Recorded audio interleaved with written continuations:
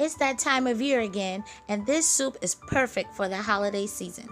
This is going to be something I believe your family will enjoy.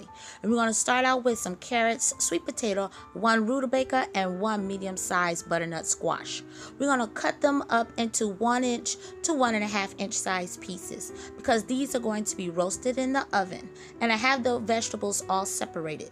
Now I'm going to drizzle on a little bit of olive oil, and it's probably about a good tablespoon to maybe 2 tablespoons of olive oil on each vegetable portion, and they're going to be roasted in the oven. But before we place them in the oven, I'm going to sprinkle on a little bit of sea salt. Not much, because like I said, I want this to be a really good hearty soup, but I don't want the soup to be too salty, so we're going to be careful. The oven is preheated at 400 degrees, and they're going to be placed on the racks. And I have one on the top rack, and another one will be placed on the bottom rack, and they're going to bake for about 20 to 25 minutes or until fork tender. Now I'm going to make some homemade vegetable broth. This is a step you can omit if you don't want to make them homemade. These are just vegetable portions and parts that I had left over, and I just placed them in a freezer bag and threw it in the freezer because making vegetable broth from home is sometimes the best thing if you're trying to watch your salt intake.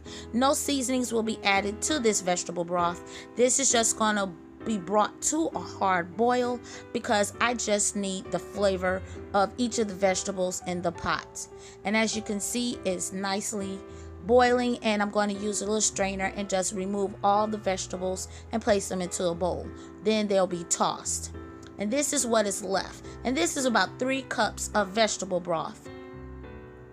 I'm going to also check on my vegetables that are roasting in the oven and give them a stir every now and then to make sure that they're being cooked evenly all the way through.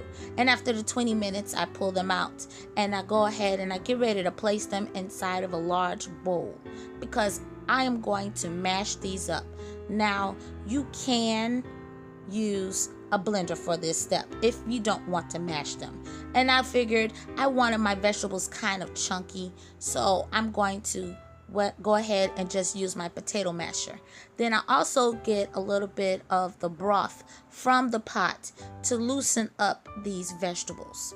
Then after I mash them up, I'm going to place the potatoes and the carrots and the squash mixture into the pot because these are going to cook all together with the broth, and it is going to be so good. The house just smells like I'm ready to make some pies or something, and you probably can use this into a nice pie if you like.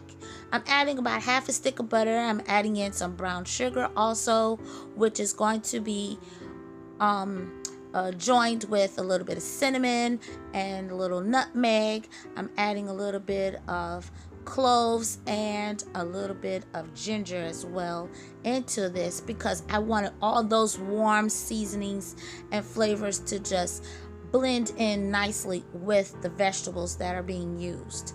I'm going to go add a 1% milk. You can also stir in a little bit of almond milk or whatever milk that you choose, and let this simmer for about 10 minutes once they're all mixed. Now I also pulled out some more and tried to blend it a little bit more, but once you do that, it is ready to be served. So if you like this recipe, please click like, share, and subscribe, and I'll tell you, I believe your family will enjoy this. It can also be stored and saved.